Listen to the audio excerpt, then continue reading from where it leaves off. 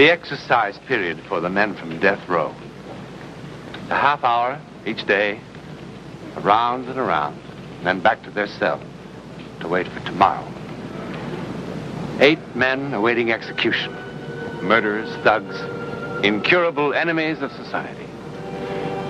7 of them wait with a stolid acceptance of the inevitable. The 8th does not. He cannot.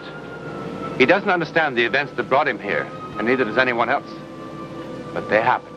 They were quite impossible, but they happened. You see, each of us is brought up from a tiny child to believe and to rely only upon the evidence of our 5 senses. Now, that's the trouble.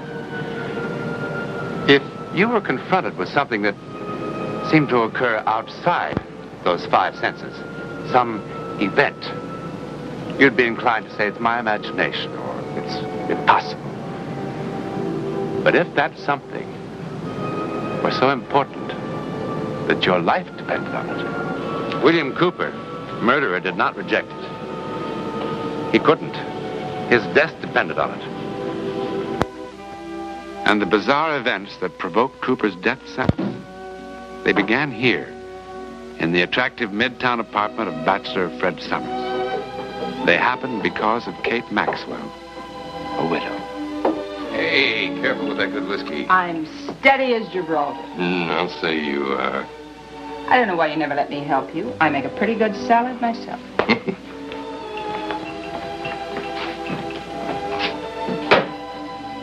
I know why you always keep inviting me to dinner. Because you hate my cooking, right? Right. Right.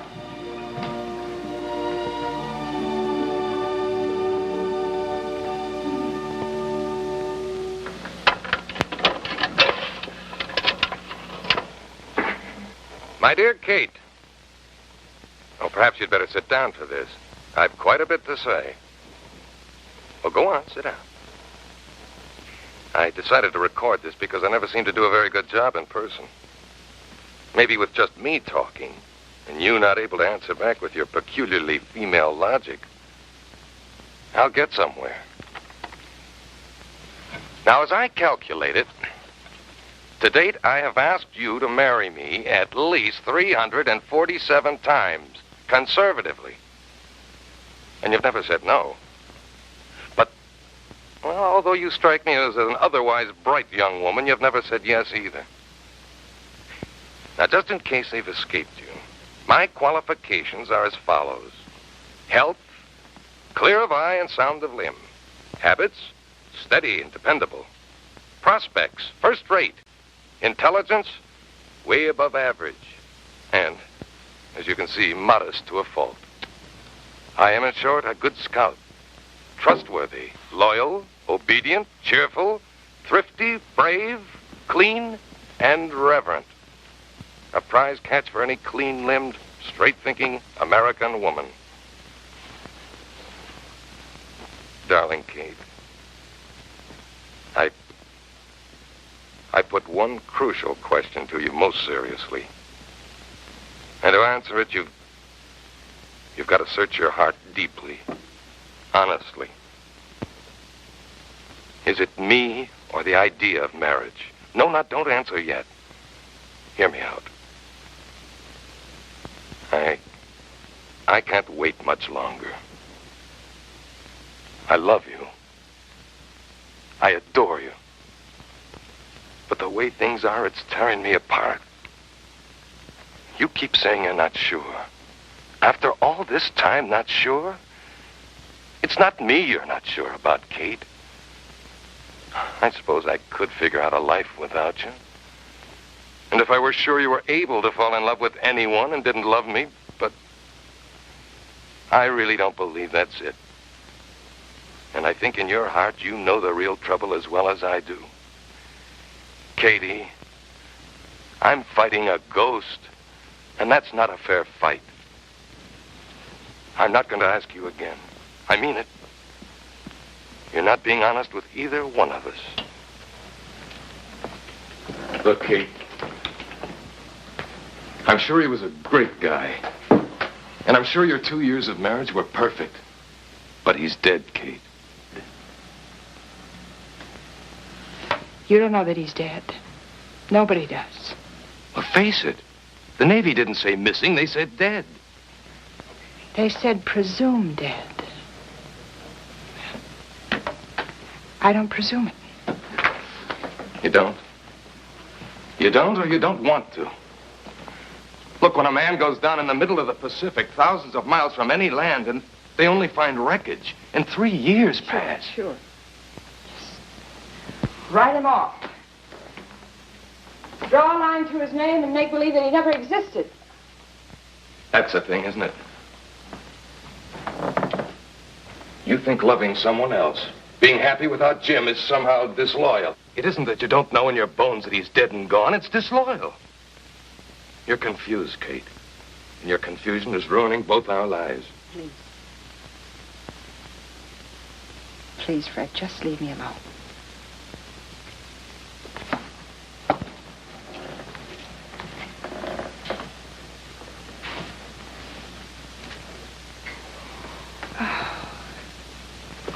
Kate, do you think he wants you to shut yourself off from life? He knew the kind of work he was in and knew it would happen at any time. He must have said as much to you, didn't he? And he must have told you if it did happen, to let go of him. Didn't he?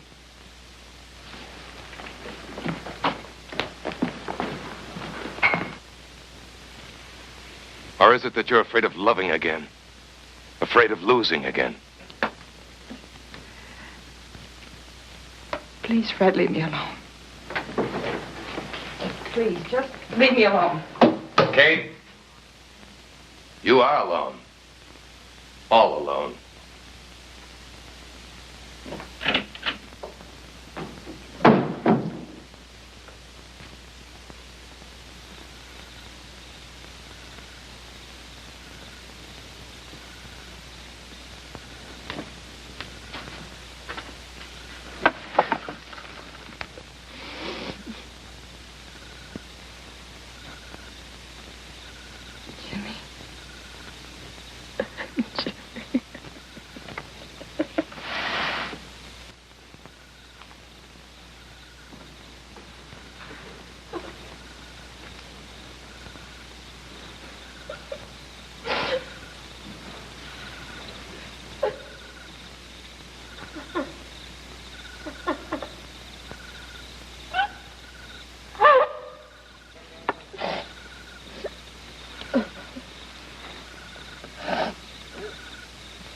Crying? Not on a beautiful night like this. Did something frighten you?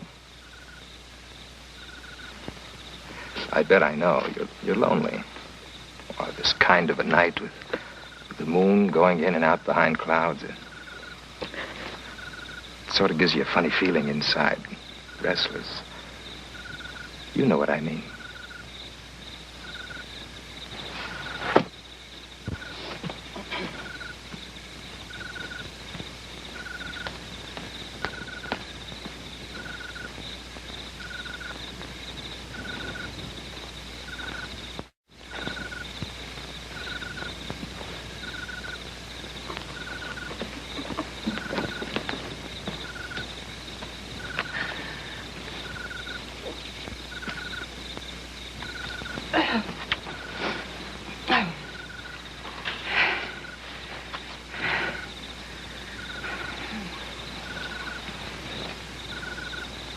There are lots of lonely people.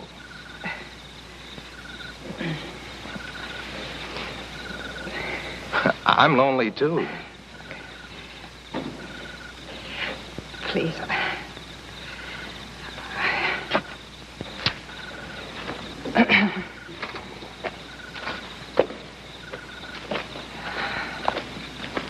Are you going for a walk or walk in the park? I'll walk with you.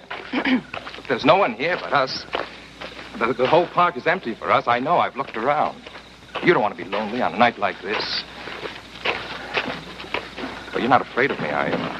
I wouldn't hurt you. Really, I wouldn't. Please. Please, just leave me alone, please. Don't be afraid of me, please. Please don't be afraid of me.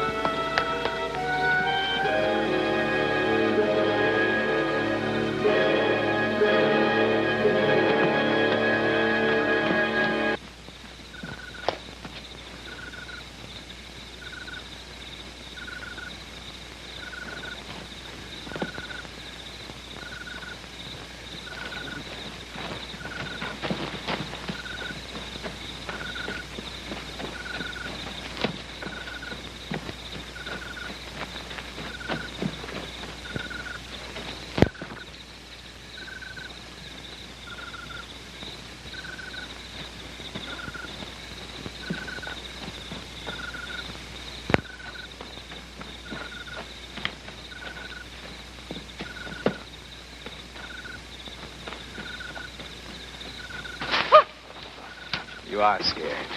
You are!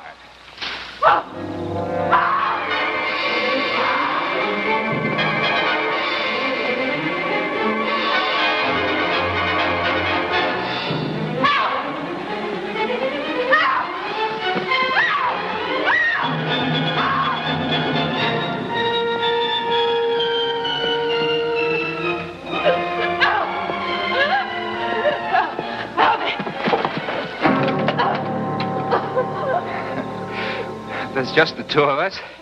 Nobody to cause any trouble. It's perfect, don't you see? It's perfect. That's my girl. That's my girl. Don't scream. It's all right. There's no one to hear it, no one to enjoy it but us. Go on, scream. Oh, Jimmy. Help me, Jimmy. Oh, Jimmy, help me, help me, help me, please help me. Jimmy, help me, help me. Help me. Oh, Jimmy.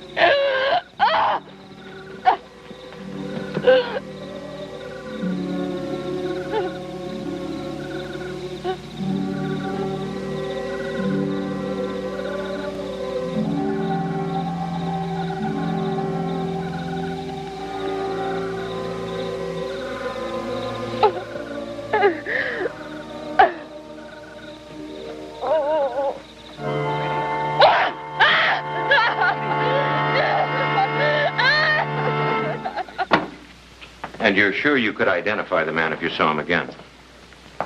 Yes, of course. And the description of the clothes and so on, you don't want to change any of that? No. Why should I? Well, your story of how he suddenly turned tail and ran off, well, it doesn't quite add up, does it? What doesn't add up? I told you everything yesterday, just the way it happened. Well, have you seen the papers this morning? No. Well, a woman was attacked and murdered in that park last night. Oh. We thought you might be able to help us. I'd be glad to. Okay, Jerry, we're ready.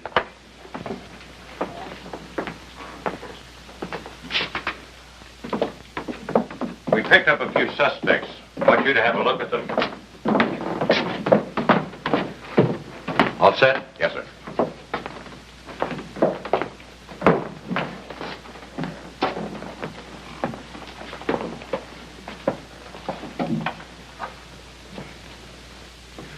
Okay.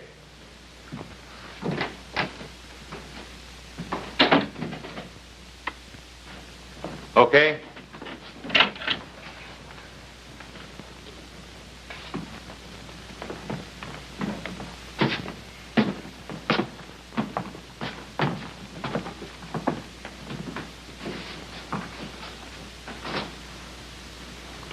All right, hit him.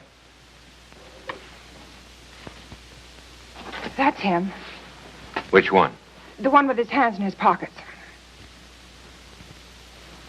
All right, Jerry. All right, Cooper. You stay where you are.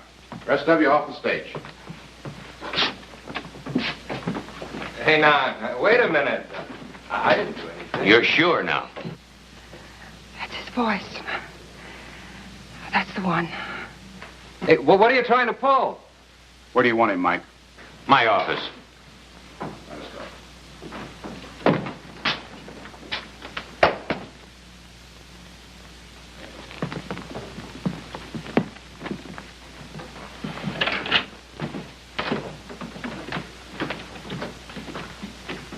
Any objections to facing him again? Not here. All right, fine.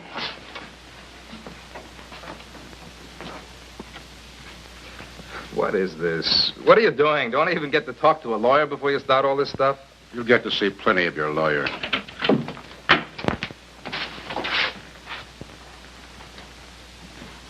All right, let's get on with the Inquisition. Well, the newspapers are going to hear about this when I get out of here. You believe me. Did you ever see this young woman before, Cooper? No. That's funny. She's seen you the night before last in the park. She couldn't have. Why not? Because I wasn't there. Where were you? taking a ride in the country. Alone? No, I had a girl with me. What was her name?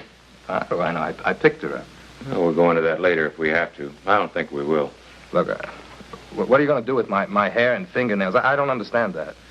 You still insist you've never seen this young woman before? Look, I don't think you got a right to do this sort of stuff until I first talk to my lawyer. Well, it's her word against yours. Under the circumstances, I don't expect yours will be very good in court. What circumstances? You just picked me up taking a walk in the park last night. Well, she says she saw me there the night before last. I don't understand what you're trying to prove anyway, even if I admitted I was there the other night, which I don't. Well, it won't matter one way or the other. I was just curious. We'll have a statement ready for you to sign in a few moments. Statement? Oh, look, you've got nothing on me, because there's just nothing to have. The dead woman had a few of her murderer's hairs clutched in her hand, and there were deep scratch marks on her face and her throat. Your hair and the material from your fingernails are under the microscope in the lab for comparison. You can't prove anything from hair. Then why are you lying about being in the park the night before last when she saw you?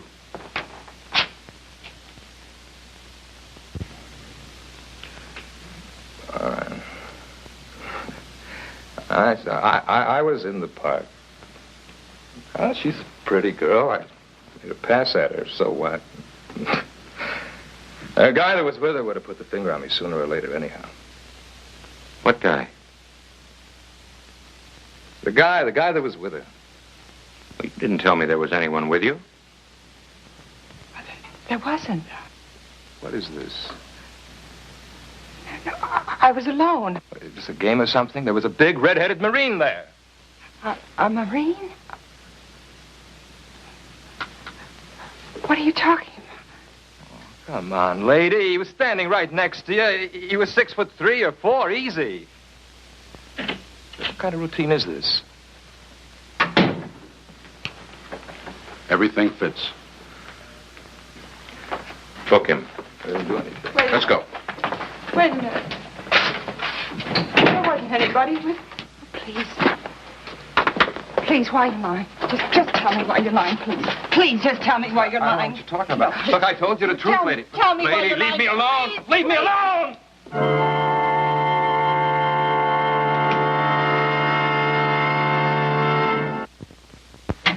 What now? Mrs. Maxwell wants to ask you a few questions. Who says I've got to answer? Please. Well, the man you say you saw beside me in the park. Oh, lady, are you on that please, again? Please, just look at this picture.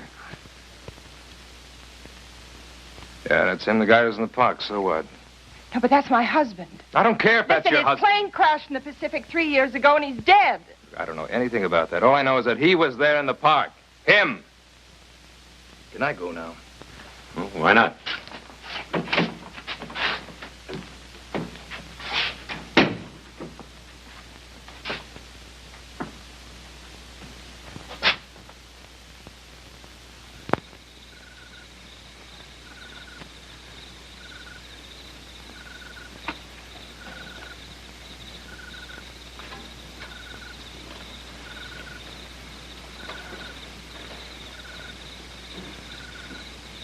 Jim.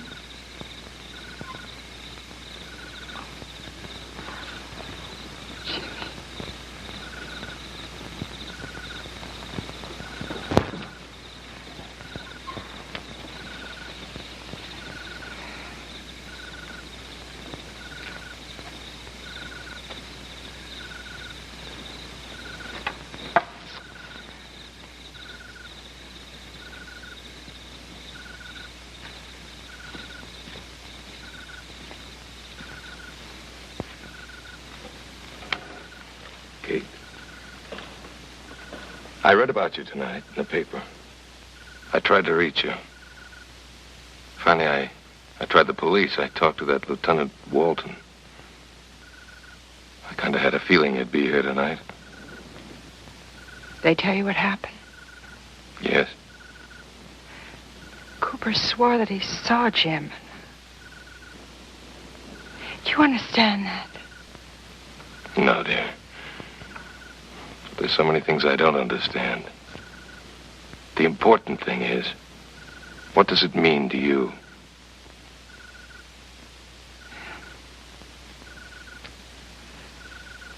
I know now that he's dead.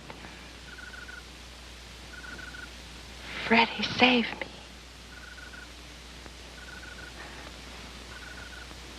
Why didn't he let me see him? You didn't see him, perhaps because you didn't need to see him. But save you for what, Kate? To go on living a life all alone? No. No, not alone. Not anymore.